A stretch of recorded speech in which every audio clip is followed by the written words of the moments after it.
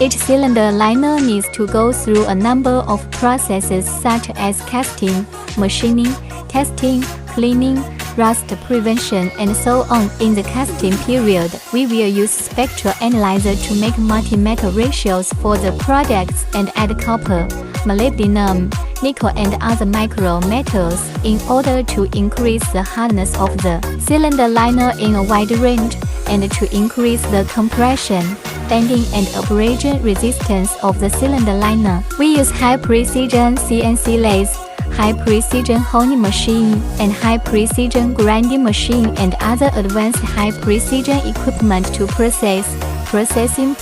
as many as 9 to 12 passes in order to achieve more precise size and parallelism. After each cylinder liner is processed, we will test the data of each product, and several times testing can avoid the defective products from leaving the factory. Our cylinder liners are cleaned with diesel oil, dried, soaked with anti-rust oil and air-dried in a number of processes to achieve the best anti-rust effect and prolong the service life of the cylinder liner.